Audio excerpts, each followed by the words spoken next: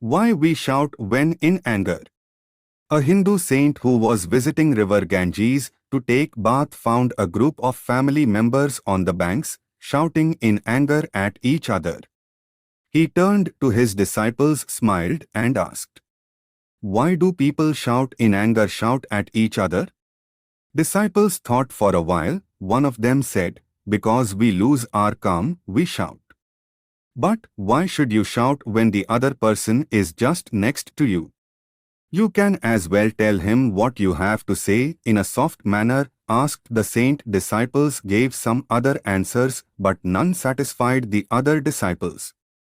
Finally the saint explained, when two people are angry at each other, their hearts distance a lot. To cover that distance they must shout to be able to hear each other.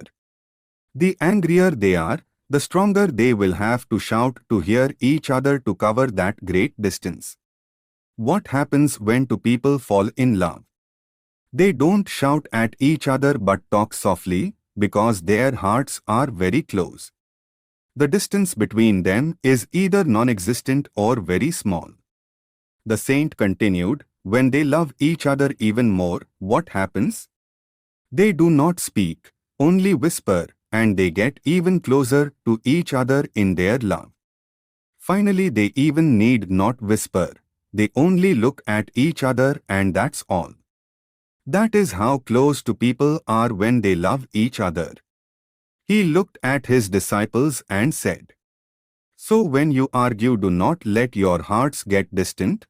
Do not say words that distance each other more, or else there will come a day when the distance is so great that you will not find the path to return. They may end up in divorce courts, for instance."